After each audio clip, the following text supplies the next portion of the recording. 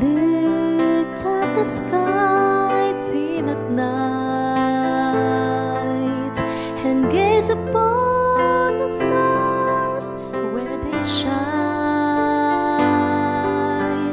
I tried to count them all,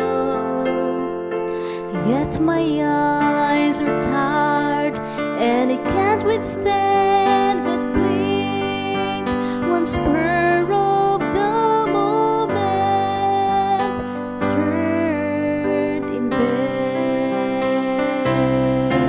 and I came to realize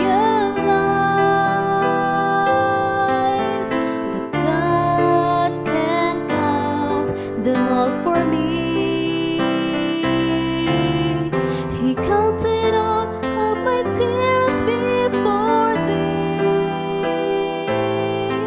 He comforted me and wiped them away.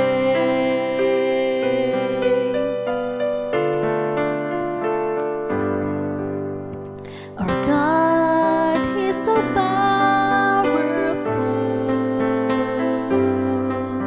He made all things by His word. He created the stars at night to reveal His love for us.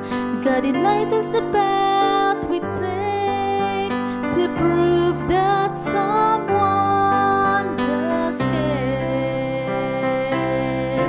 and I came to realize that God can count them all for me. He counted all of my tears before thee. He comforted me and wiped them away.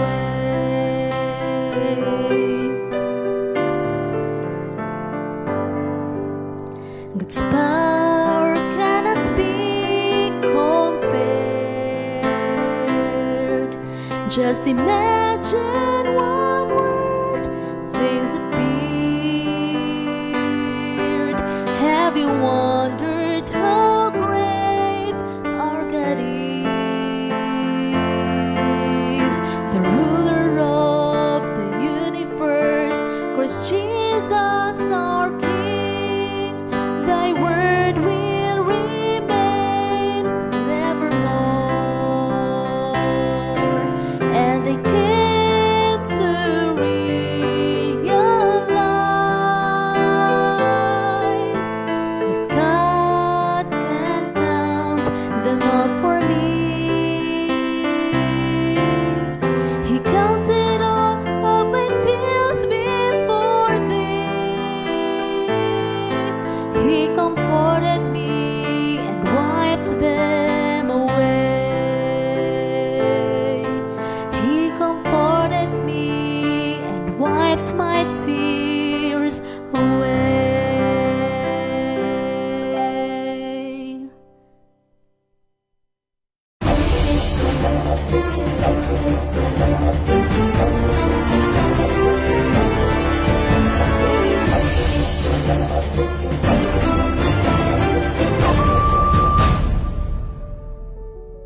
I'm here in Sunset Bay Resort, located in Barangay Bantige, Ormoc City, province of Leyte. This resort is one of the famous places listed under Beach Resort in Ormoc City. The Bayview Resort is a perfect place for affordability and serenity while enjoying the fresh ocean breeze and nature's beauty.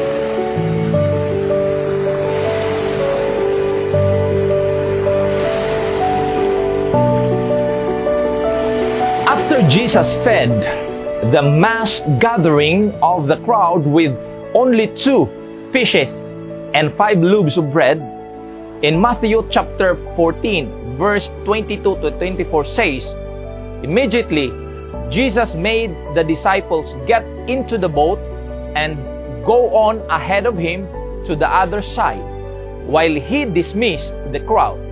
After he had dismissed them, he went up on a mountainside by himself to pray.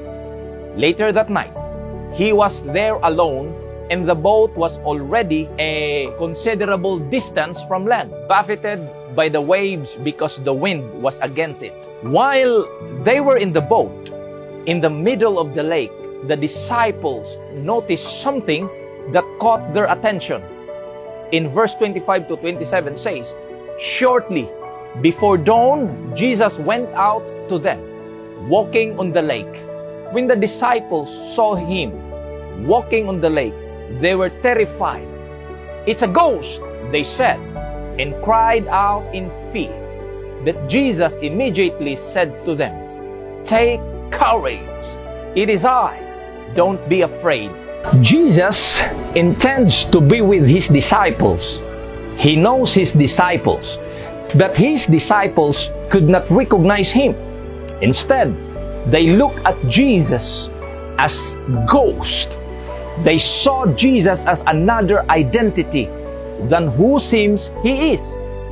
He must be God in their lives, but Jesus became ghost to his disciples. Friends, is there a time that Jesus, instead of being God in our lives, he became ghost in us? Ghost in a sense that he is not real, in a sense that we are terrified to look at, scared to draw near. Ghost in mind that he has no business in our lives because he is not real. Ghost in a sense that instead we will cast all our cares unto him, yet we are full of anticipation of his existence. Despite of our doubt, Jesus showed his saving power. Despite of our unfaithfulness, he is faithful. Sometimes we see him as ghost. Ghost equal to nothing. Something that doesn't exist. However, Jesus reaffirms his identity so that we will not lose our faith in him. In Matthew chapter 14 verse 27, "But Jesus immediately said to them, 'Take courage, it is I, don't be afraid.'" One good point is that Jesus identified himself amid doubt. He said, "It is I, do not be afraid." When you face something that will affect your identification of Jesus, he will reaffirm it. You will soon feel his presence, that no matter how foggy your life's journey is, he will whisper to your ear, "Do not be afraid, it is I."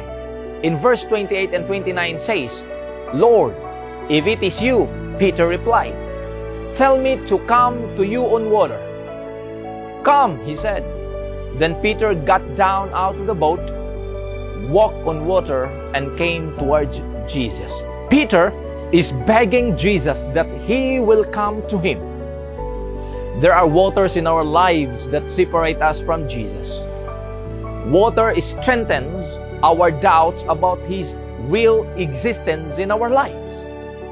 Not unless we can walk on every doubt, we cannot go near to him. Peter, as much as he wants to, but reality tells him that he cannot do it. That is why he begged Jesus, "Command me, Lord, to go to you." Jesus even made clear in a statement, John chapter 15 verse 5, "I am the vine, you are the branches. If you remain in me and I in you, you will bear much fruit. Apart from me, you can do nothing." With Jesus in your life, you can walk the water of impossibilities. Jesus replied to Peter, "Come." Jesus did not explain and even comfort Peter that you will not drown down if you come to me. "I will save you. I have the power. The water will not harm you." But instead, Jesus uttered a single word, "Come." Only those who believe in him can read the invisible details of God's provision and protection behind the word come. The world cannot see why you sacrifice worldly prestige for His name's sake. The world cannot know why you let go of the opportunities of becoming rich for His name's sake. The world cannot understand why you risk serving God. And the world cannot comprehend why you give to the Lord despite of being poor. The world cannot read the details of God's protection and promise behind the only word, come. Only the eyes of faith can read behind this word. Jesus said to Peter, come.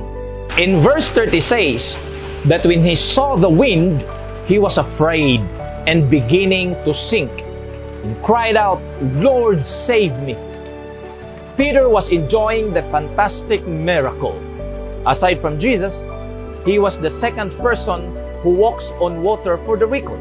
Who will not enjoy this experience? I can't just imagine the emotional aura of Peter while experiencing a miracle. A miracle that made all the eyes of his fellow disciples stared at him. But one thing, Peter should focus his eyes to Jesus and not on anybody else. As Ellen White in her writing says, looking unto Jesus, Peter walks securely, but as in self-satisfaction, he glances back toward his companions in the boat. His eyes are turned from the Savior. The wind is boisterous. The waves roll high. For a moment, Christ is hidden from his view, and his faith gives way. He begins to sink.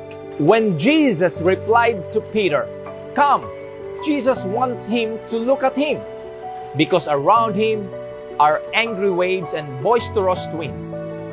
He should anchor his eyes to Jesus. Friends, the provision of Jesus is continuously standing behind the word come. Coming to Jesus is showing faith to Him, and having faith in Him is experiencing miracle. You need to fix your eyes on Jesus, no matter how intense the tide of temptation is. Hebrews chapter 12 verse 2, looking unto Jesus, the author and the finisher of our faith, who for the joy that was set before him endured the cross, despising the shame, and is set down at the right hand of the throne of God. Immediately, Jesus reached out his hand and caught him. You of little faith, he said, why did you doubt? When Jesus said, come, you need not to worry because He is in charge.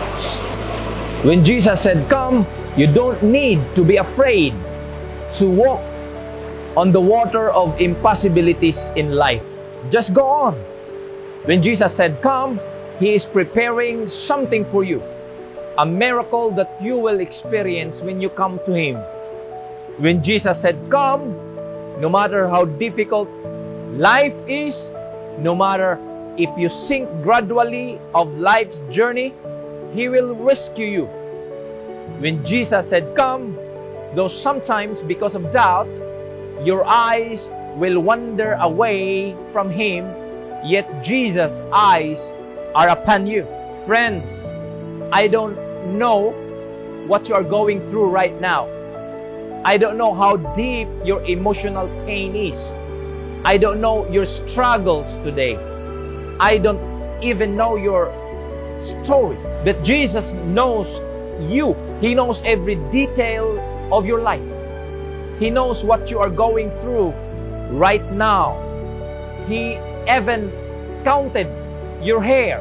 In Luke chapter 12 verse 7 says, indeed, the very hair of your head are all numbered. Don't be afraid. You are worth more than sparrow. He even put in record every tear that rolled down from your eyes. You keep track of all my sorrows. You have collected all my tears in your bottle. You have recorded each one in your book. Psalms 56, verse 8. When you lose sight of Him, He never loses His sight to you. Have faith, and you will experience a miracle. The song Turn Your Eyes Upon Jesus was written in 1918 by Helen Lemuel. Says, O soul, are you weary and troubled? No light in darkness you see?